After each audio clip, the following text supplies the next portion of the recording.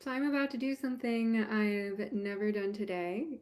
Well, for one, I'm live streaming. I've only done that a few times.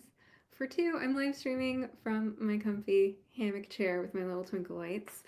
Um, and three, I'm going to talk openly about my struggle with chronic illness. So, if you've been following my work closely, you might have heard me talk about this before, but it's really not something that I've placed a lot of emphasis on in my public works. And I've been thinking about that lately, like, why haven't I been talking about this very much? And I think it's because I like to offer valuable content. I like to inspire and guide and challenge. I like to have answers. I like to instill hope and provide clarity to people who are struggling with times of darkness. And I don't really know how to do any of that when it comes to my battle with chronic illness. I I'm not in the best place. I don't have a lot of guidance or hope to offer. And I don't like to be vulnerable, especially not in front of the whole world. I like to be vulnerable little bits at a time. Another thing that's completely novel about what I'm doing here is I am talking by myself, which I really don't like to do. In my early days of podcasting, I definitely experimented with trying to make some podcasts and videos where it was just me talking by myself to the camera. And I always found myself sort of rambling and feeling like after 10 minutes, I still haven't gotten to the point. It's so much easier for me to focus when I'm in conversation with another person. So, today I'm being vulnerable, I'm being cozy, I'm talking about something where I personally struggle and don't have the answers, although I probably do have some things to share that could be helpful to other people who've struggled with this.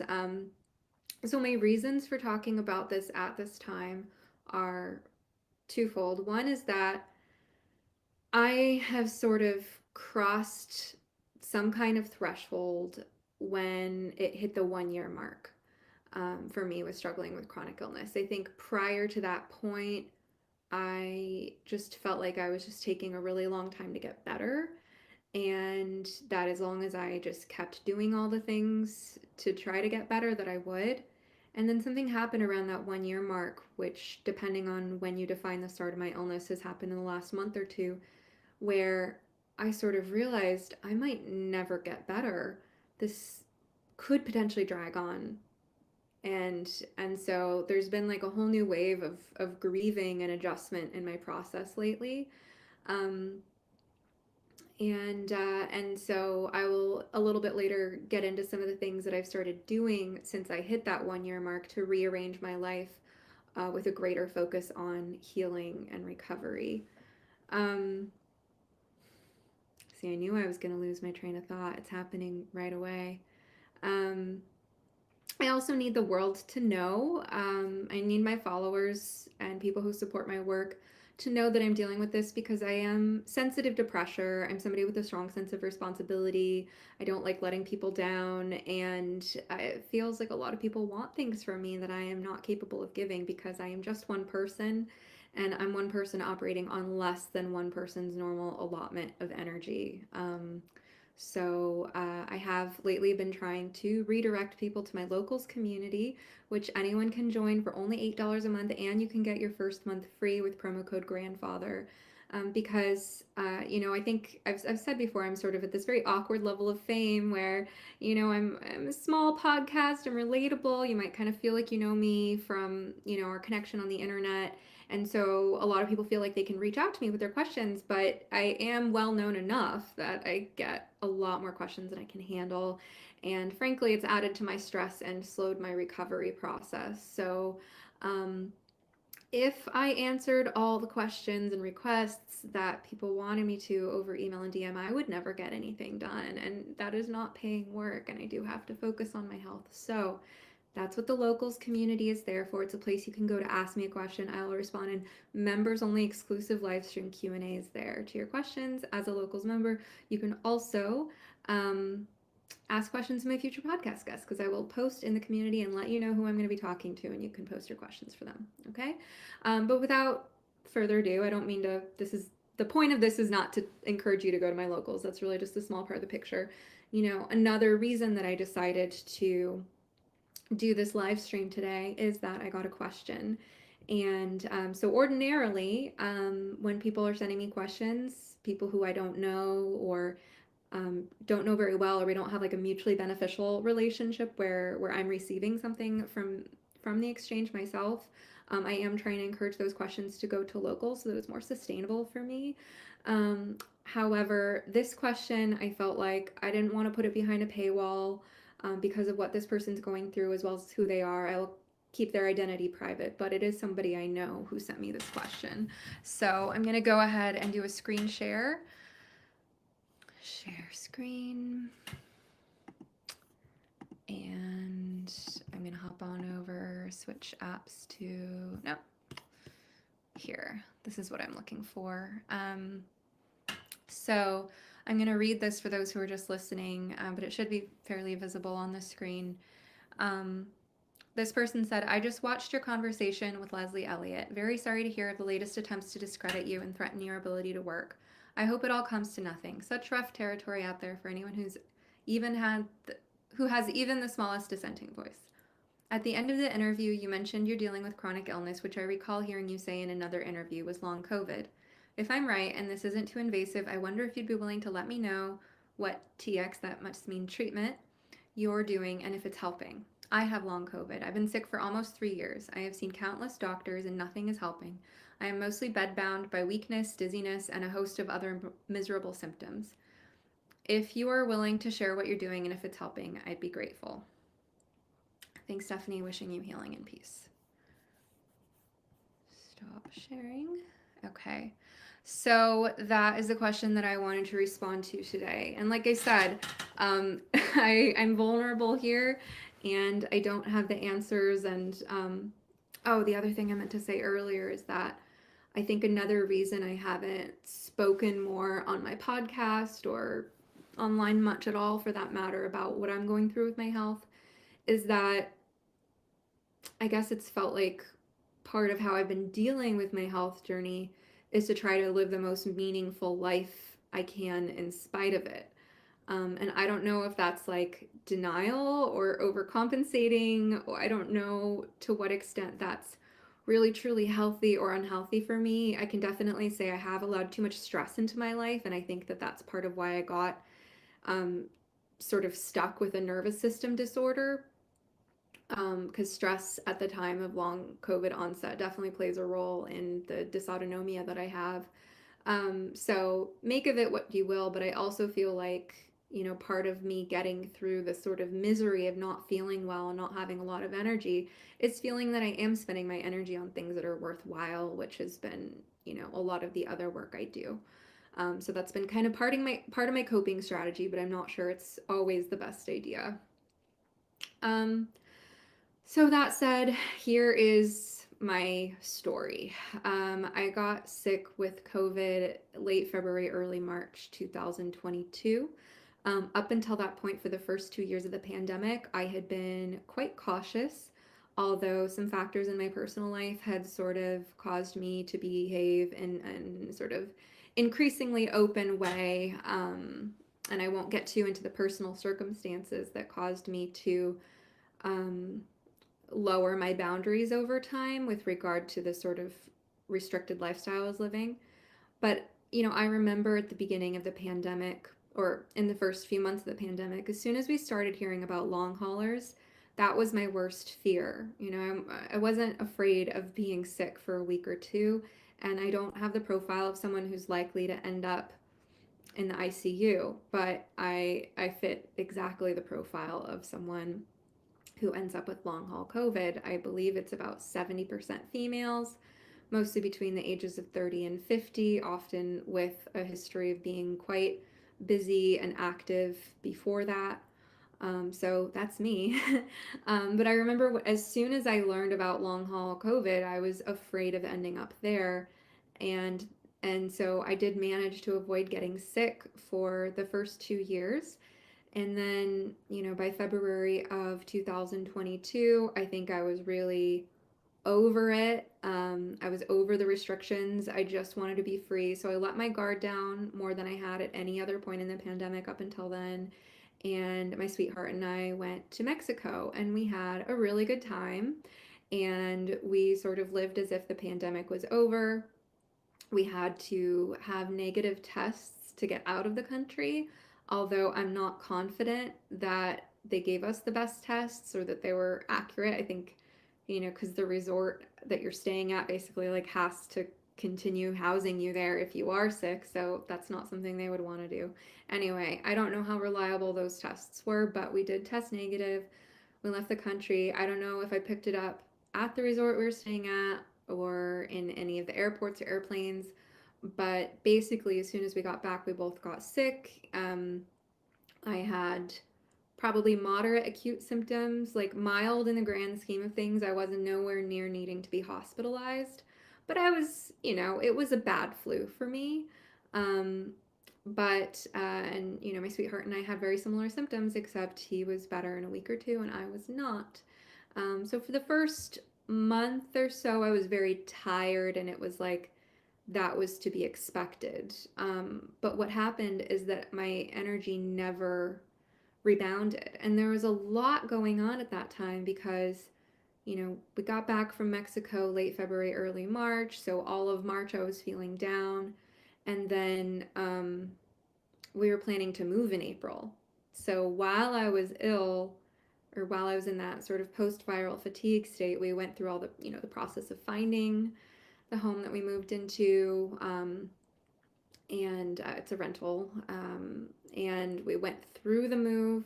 So I had a few really demanding days during the move. Although we hired professional help, it's still moving is very energy intensive. So, I had some days that my watch clocked 15 or 20,000 steps. I'm noticing I say a lot. You don't know, actually, until I say it. It's just filler speech. And I think I'm relying more on filler speech during this talk because I don't have as much value to offer, and that makes me feel more vulnerable and out of sorts. Um, Anyhow, we moved in April, and our move-in date was April 15th, and then it was April 19th that I was notified by my licensing board that I was under investigation. So I had just set up my office, this room that I'm sitting in right now, the room that you see me sitting in when I do my normal podcasting. I had just finished setting it up, and the one of the first sort of work tasks that I had to do from this new office at a time that I would have loved to be celebrating the move was to begin the process of defending myself. So I think that a lot of stress happening during that recovery period was definitely a part of the picture and is consistent with everything I've learned about dysautonomia and who gets dysautonomia in POTS from long COVID, and why people who have COVID are really advised to take it very easy in the weeks and even months following their initial infection. So here I was, just still overly fatigued and arriving in a new home, adjusting to blended family life, adjusting to this home, and then I had to deal with the licensing board complaint, which I've talked about in my conversation with Helen Joyce. If you're not familiar with that story, you can look at episode 11 of You Must Be Some Kind of Therapist podcast, which is available here on YouTube as well as all audio platforms. It's called Debunking the Myth of Conversion Therapy. Um, Also, during that time, between April and June or so, while settling into my new life, still recovering from illness, or so I thought I was recovering, and fighting the licensing board complaints. The house that I had just moved out of, I was putting on the market, and it was robbed twice. It was broken into, squatted. I had my washer and dryer stolen.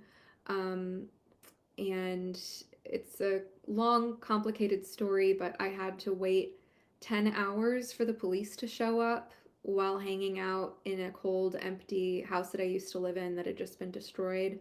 That was pretty traumatic to go through. And I was also managing the stress of working with other people to try to keep this house safe across town. It was maybe 40 minutes from my current home, and I had to find a way to try to keep it secure while it was supposed to be going on the market. Then we had to change our plans and change my strategy for selling. I ended up selling to Open Door instead of putting it on the market because it just ended up being simpler that way for me rather than dealing with all the debris that was left from the break-in. So I had a lot of stress in the months following my COVID infection, and my energy was still quite low. Um, Eventually, a friend of mine referred me to her naturopath. She was seeing her naturopath for some other issue, but she said, you know, I met this naturopath and she is specializing in long COVID. I think you should check her out. So I did, and in August of 2022, I was diagnosed with POTS. This naturopath never asked me to do a tilt table test or even the NASA lean test, which I just recently learned about. What she did was based on symptoms and a very simple test. I couldn't tell you the name of the test that she used, but it basically involved having me lay down and sit and stand at different intervals, different lengths of time, while taking my blood pressure and heart rate at different positions after different lengths of time had passed being in those positions.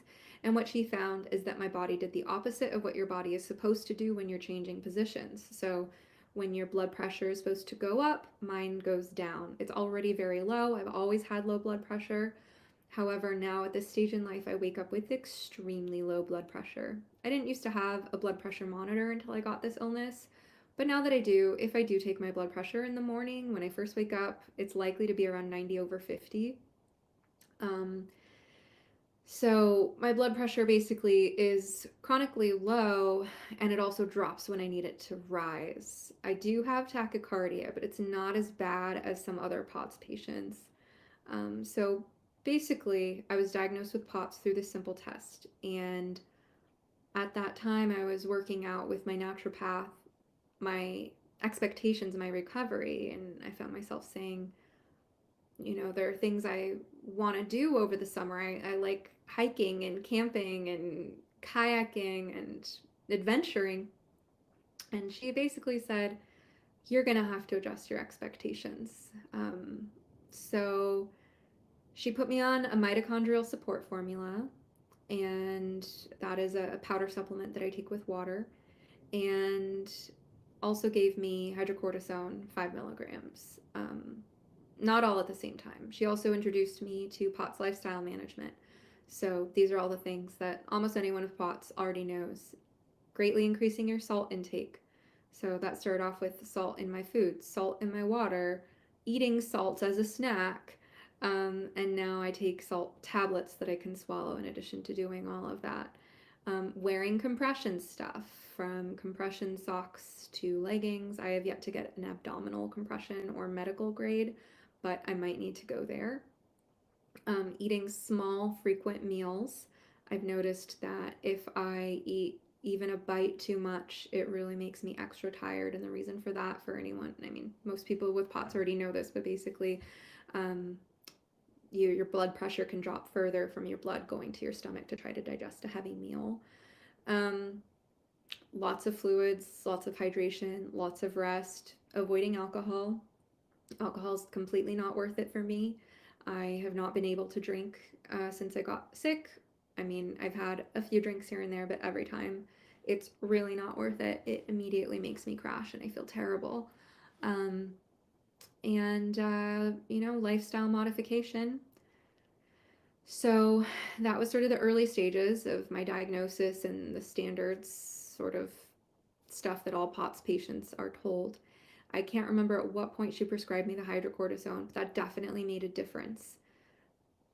I had blood work done at some point in there, and the blood work was, uh, it set me back so far. Just having blood drawn, um, just the simple act of losing blood from my body, this might have been before my POTS diagnosis.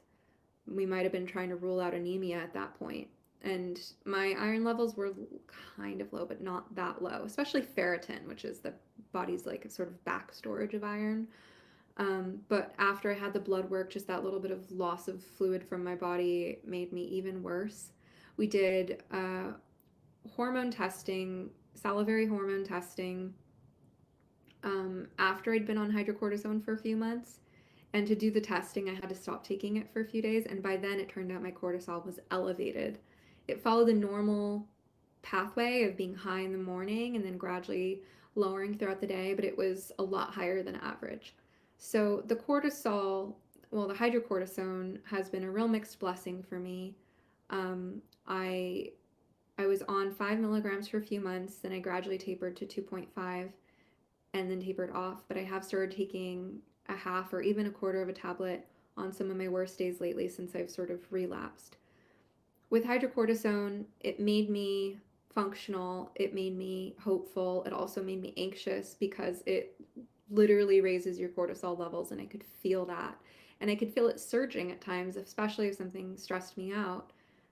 Even the other day when I was, I'm in another energy crash lately, and when I was doing a training that a friend asked me to provide his students, I felt I'd taken just like a half tab of hydrocortisone that morning. And when the training came along, my heart was racing and I was just talking a mile a minute. I felt like I was on speed. It was so intense. So hydrocortisone has been such a mixed blessing, but at the same time, I feel so much more normal on it. And I think that period of a few months really did help sort of reset my body. Also, in October, I believe it was, I suddenly had the desperate urge to swim and spontaneously enrolled in a gym with a pool. And that has been a game changer for me. Swimming in water is one of the only places that I feel normal, and it is by far the best tolerated form of exercise for my body. So with dysautonomia, with POTS, swimming helps change your relationship with gravity. It gives you full body compression.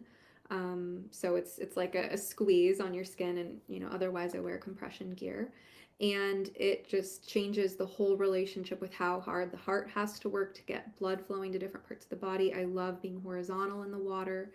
Um, so that gym has been really helpful.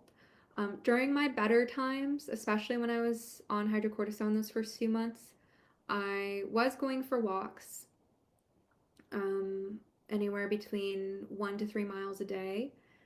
3 miles a day used to be my baseline when I was more fit, and I was doing strength training then, but that was all before I got sick.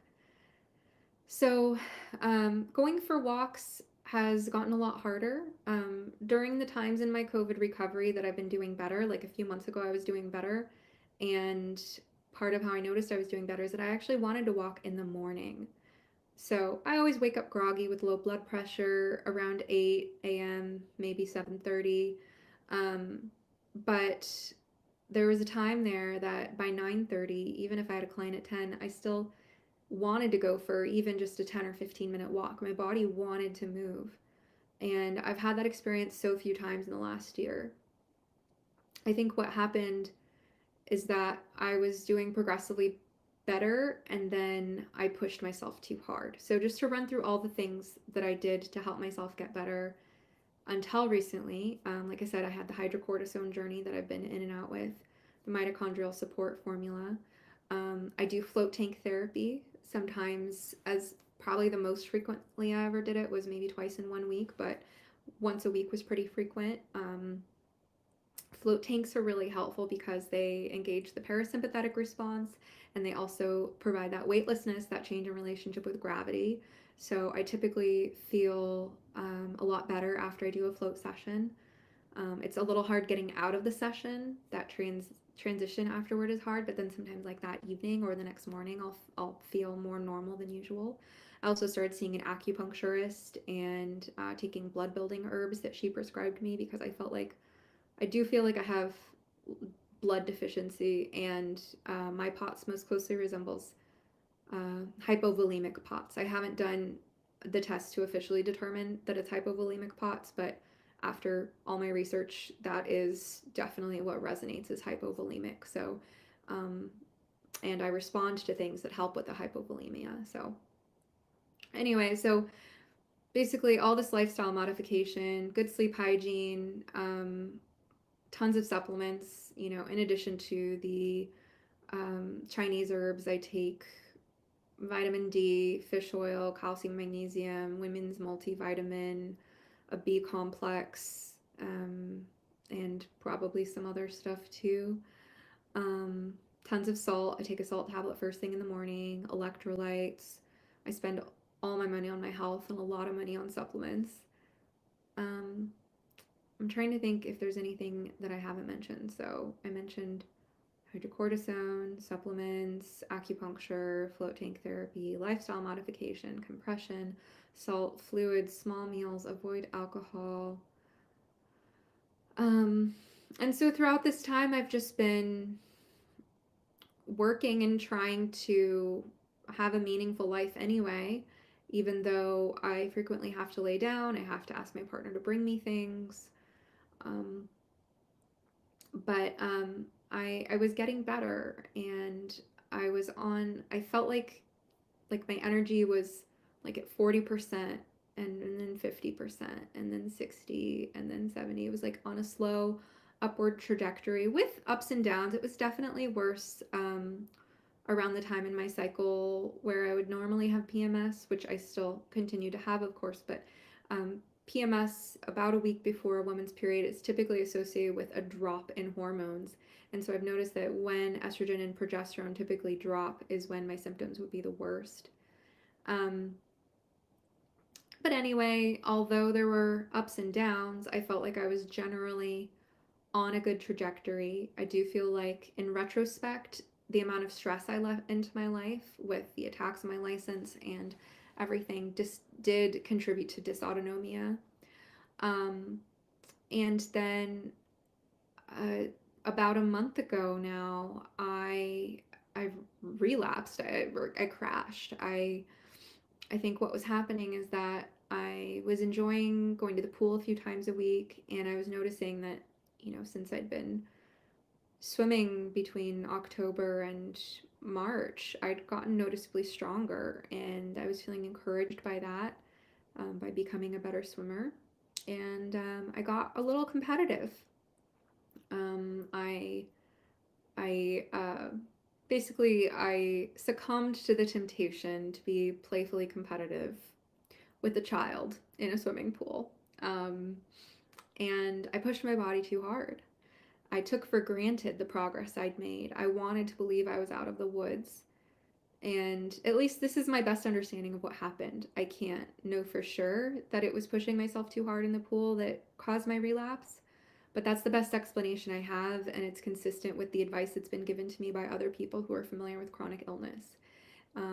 A stranger on Twitter was very helpful. His wife has been through chronic illness, and he seems to know a lot about cardio zones. And we basically looked at data from my fitness app on my phone that tracks, data through my watch. And I saw that I had pushed myself too hard into the upper cardio zones, whereas all the exercise I've been getting up until that point, which is basically walking and swimming, was keeping my heart in the lower zones. And so I believe that what happened is that I took too much of a risk with pushing some of my workouts too hard in the pool. And even though the pool is definitely the best place for me to exercise and my body feels the best in water, I have not been the same since. It's been a huge letdown. And I have now crossed the 1 year mark during this time of having this sort of relapse, and feeling very frustrated that I don't know how to get back the gains that I made over many, many months before. I thought I was getting better. I was on a good trajectory. I was doing about a million different things to help myself get better. And now I have to do all of those things over again. And I've started a new form of treatment. So after I had this crash a month, or I don't know how long ago at this point, maybe 6 weeks, after that crash, I um, sort of had a really hard time with despair and panic about the state of my health and whether I would ever improve, and decided that if everything I've been doing for the past year is not enough to help me get better, and I can't take for granted that I will ever get better, then I need to do something more intensive. So, what I decided to do is hyperbaric oxygen therapy. I credit my friend Camille Kiefel for this. She's a detransitioned woman who personally found hyperbaric oxygen therapy very helpful for her mental health. And I've testified alongside her against House Bill 2458. You can find that on my YouTube channel. Camille and I also sat together on the Detrans Awareness Day panel at the event we put together in March. So Camille has spoken very highly of hyperbaric oxygen therapy, and I looked into it and I decided to try it. I thought about, well, I won't share too many details, but I will say that I feel very supported by the people at the hyperbaric clinic that I go to, and that I feel like our connection was sort of fated or divinely ordained based on the nature of the connection that I have with them and how that came about. So when I realized that I needed this level of treatment, or that this is what I have to do to give myself a fighting chance, even though there's no guarantee that it would work, there's like a whole new grieving process to realizing that that's how sick I am. And I basically rearranged my whole life to accommodate it. So the way that I did that is I thought, I'm so accustomed to having a lot of different things that I'm juggling, but always trying to minimize the amount of disturbances to my clients or to anyone I have a scheduled appointment with. But I realized that if I'm going to give myself a fighting chance at recovery, if I'm going to put my health first and get my future back, then I have to first decide what works for my health and then build my schedule around that. So when I figured that out, I rearranged my entire schedule to accommodate doing hyperbaric oxygen therapy, followed by pool exercises every afternoon, 4 days a week.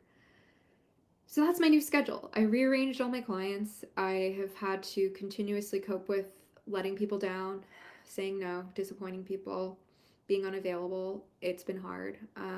It's, but it's humbling, and it's forcing a lot of surrender and spiritual maturity. I'm going through a lot of sort of spiritual maturation that feels imposed by circumstances right now. So that's my life now. I would have to count, but I'm like somewhere between 12 and 15 sessions in, I think.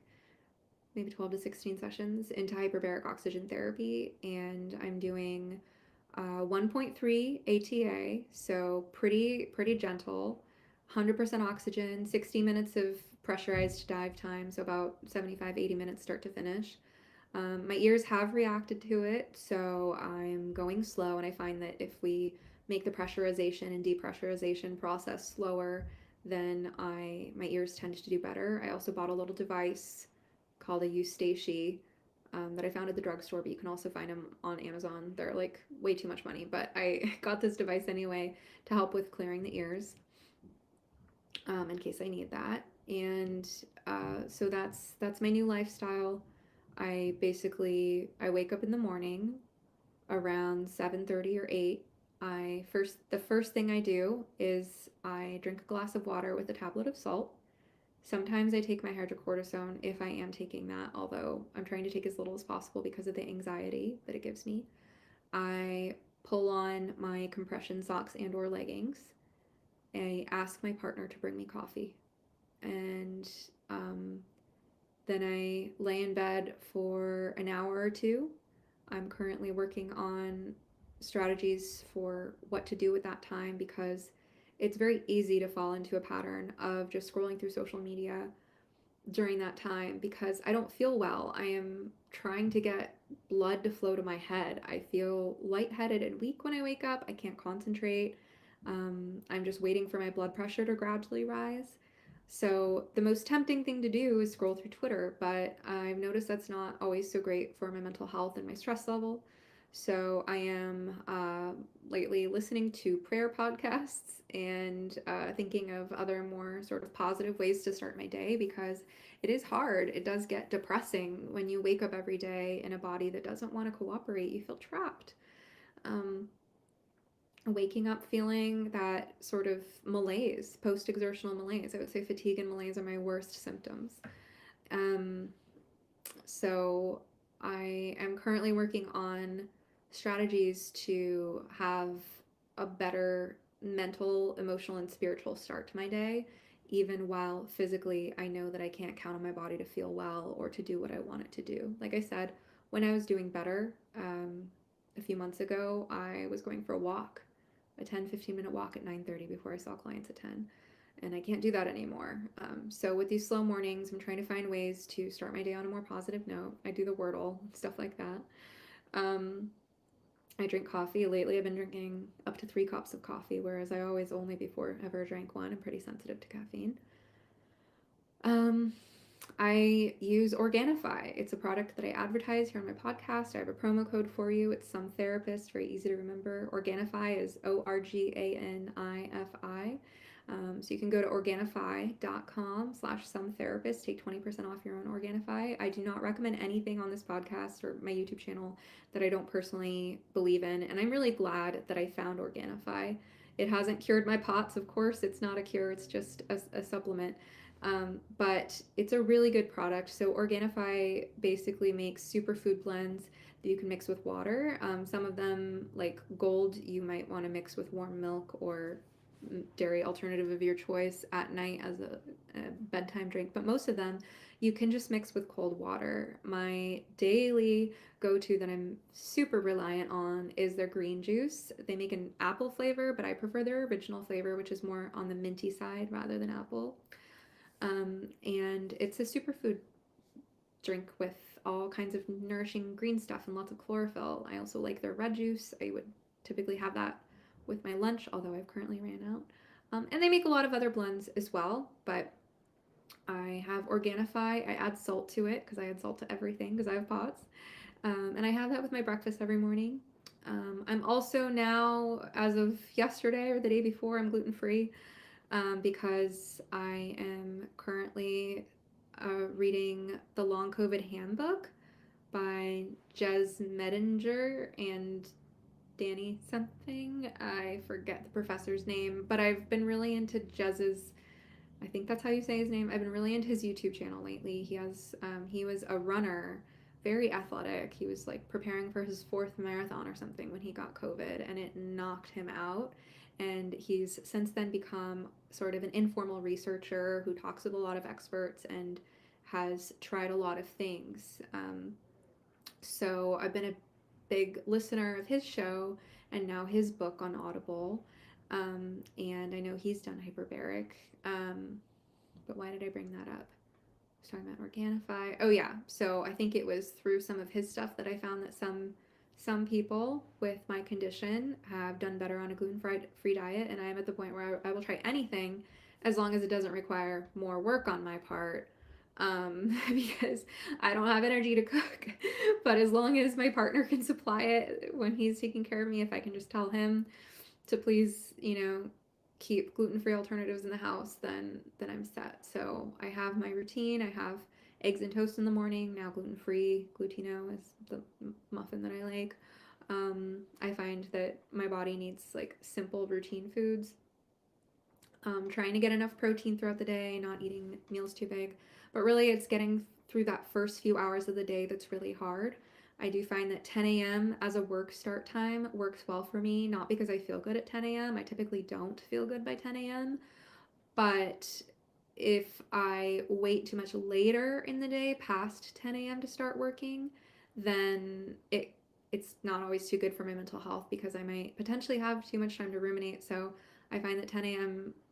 does put a pressure on me to at least do the minimum that it takes to be ready to show up and talk to people, even though I'm not feeling great. And then it sort of gets me out of my own head because the work that I'm doing when I'm talking to people is I'm either talking to therapy clients, consulting clients, or podcast guests, or someone who's interviewing me for their show. And in all of those situations, the dialogue gets me out of my own head. Even though I have the brain fog, I tend to show up adequately anyway. So that's my lifestyle modification in terms of the start time of my day. I do take frequent rests. I lay down when I can. Let's see what else. My partner's a massage therapist, and I did ask him to do a little research on POTS, and so he has started giving me a little bit of like craniosacral type head and neck stuff at the end of the night, which has been nice. I'm also very protective of my sleep. I try to be in bed by 10. I do take melatonin to help me sleep. And I could be a lot better about protecting my health from stress because that is something that allowed I've allowed a lot of fight energy into my life this last year. So, um, and I mentioned acupuncture. I'm doing a float tank today. I am sure that when this live stream ends, I will remember things that I have not mentioned. Oh, speaking of products, I know I mentioned Organifi. Please, by the way, anybody interested in trying Organifi, just try it. Use my promo code. I will receive some money in the process. I am completely transparent about that. But like I said, like I was trying to say earlier, although I might have lost my train of thought, I don't recommend anything that I don't truly believe in. And I'm really blessed to have found Organifi because before I found them, I was looking for something just like Organifi. I was often craving green juice, I was craving vegetable juice, but at the same time, it's such a mess to make it at home. It's expensive and messy. Buying it is expensive and it doesn't always even taste that good.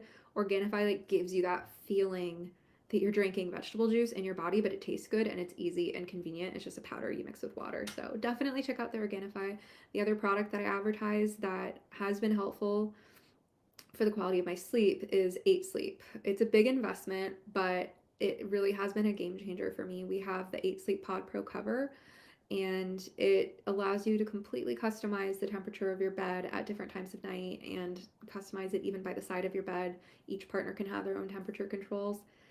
Prior to getting an 8 Sleep, I would typically be pretty cold getting into bed most times of year, and then I'd try to warm up, and then I would overheat. I'd wake up in the middle of the night overheated, and no matter what I did, I could not cool down enough. This was before COVID too, just because I'm a highly sensitive person. Um, I could not cool down no matter what I did. I mean, the room could be 50 degrees, but it was the heat of the mattress underneath me, the mattress storing my own body heat and reflecting it back to me. And this happened both with and without the memory foam topper on my mattress. So that was an ongoing issue I was having where I was losing an hour or two of sleep every single night because I was overheating. So I am genuinely glad that I got the Pod Pro cover by 8 Sleep. I found out about it through another podcast that I love that is also an affiliate of theirs. I'm not going to tell you which podcast because I want you to use my promo code, which is Some Therapist, for your 8 Sleep Pod Pro cover or other 8 Sleep products. It really has made a difference in my life. I have my bed set to either 2 or 3 of warmth when I get in. So it's always perfectly warm when I get in. And then I have it programmed to cool down to between a 0 and a 1 on the temperature scale at various times in the night. And it is always the perfect temperature for me. And then it wakes me up with heat again in the morning. So 8 Sleep, totally customizable. I cannot speak highly enough about this product. It doesn't cure your POTS. I'm not, I wouldn't say that, but sleep hygiene is so important for everyone's mental and physical health, and especially when you have a chronic illness, it's that one thing that you absolutely cannot deprive yourself of. So I recommend that. If you can get an 8 Sleep Pod Pro cover, use my promo code Some Therapist. I'm not just taking this as an opportunity to advertise. I am literally telling you guys about what I do for my health.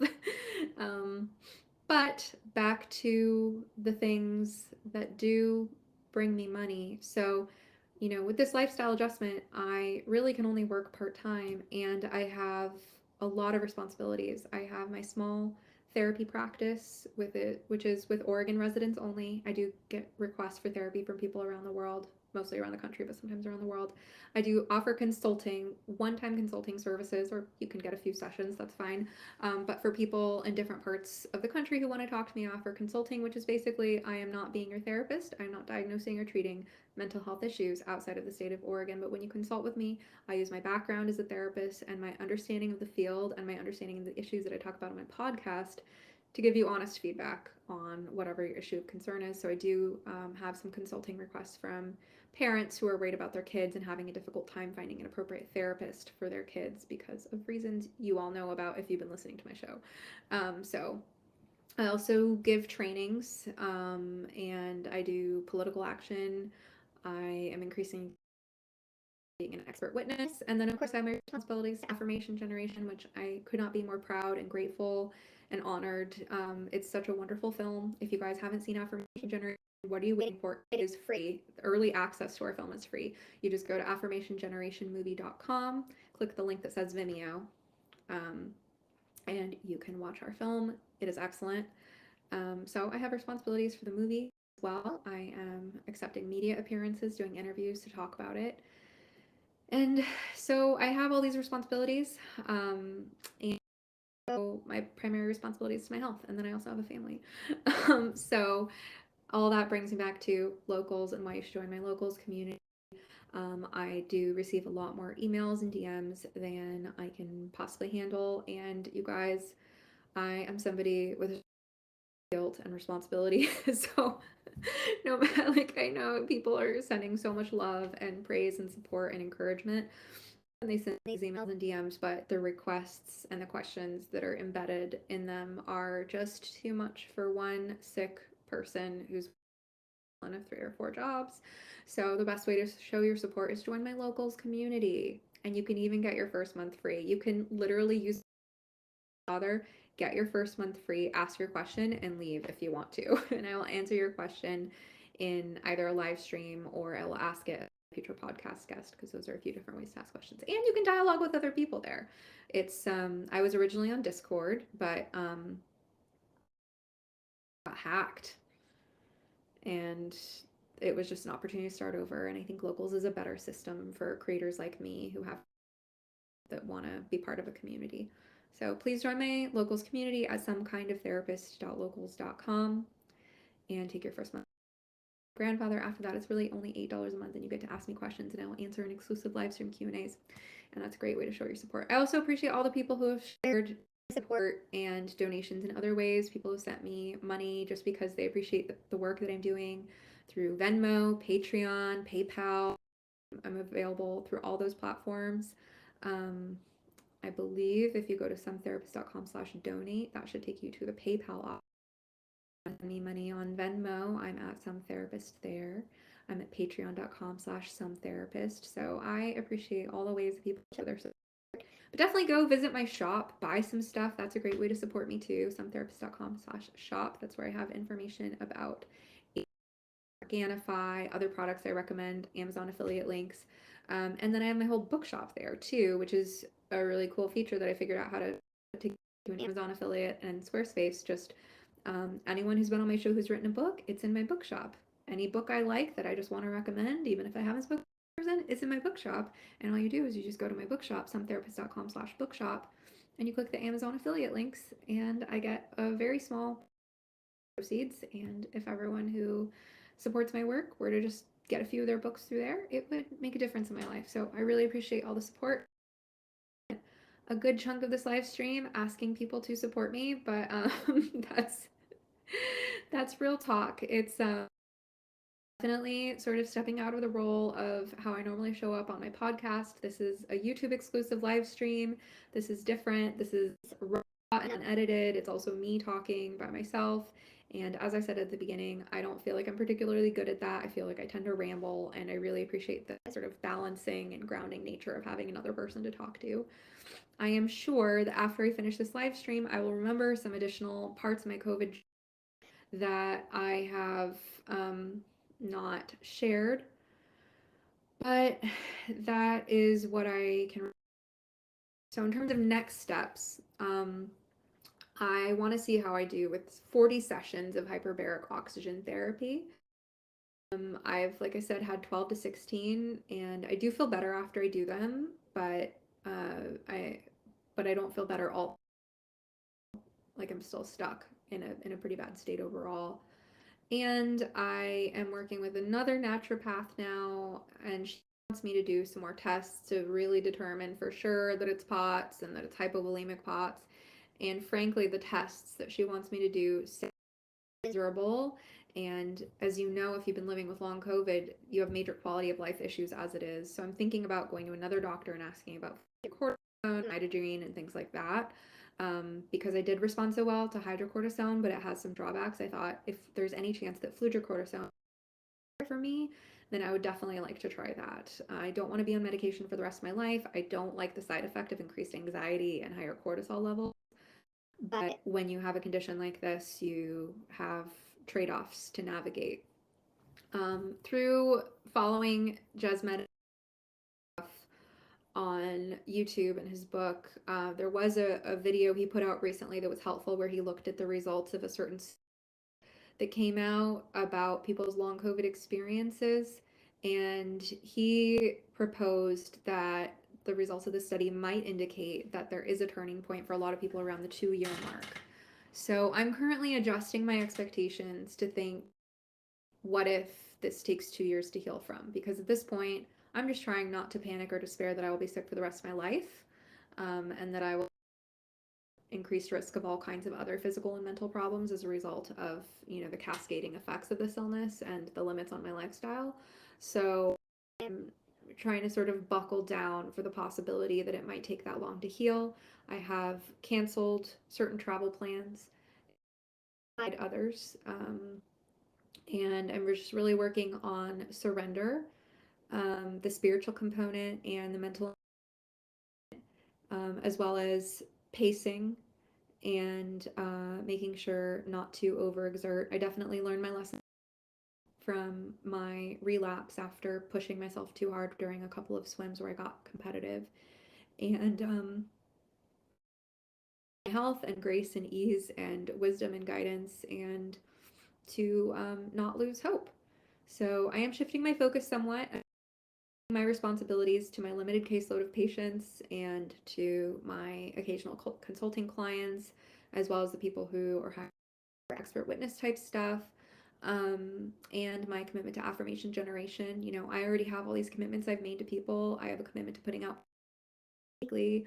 I have a commitment to doing media appearances whenever I'm asked to for the film, and a lot. So I'm trying to give myself the freedom that when I'm not doing any of those things, that I am resting, I'm taking care of my health, devoting some of my research energy to this stuff, because for the last year I have mostly used my research energy for research on issues of concern to my followers and my patients, and mostly the gender stuff, parents and detransitioners. But I've done enough research in those domains for now, and I need to use what limited energy I do have for learning to things that are going to be personally beneficial for me.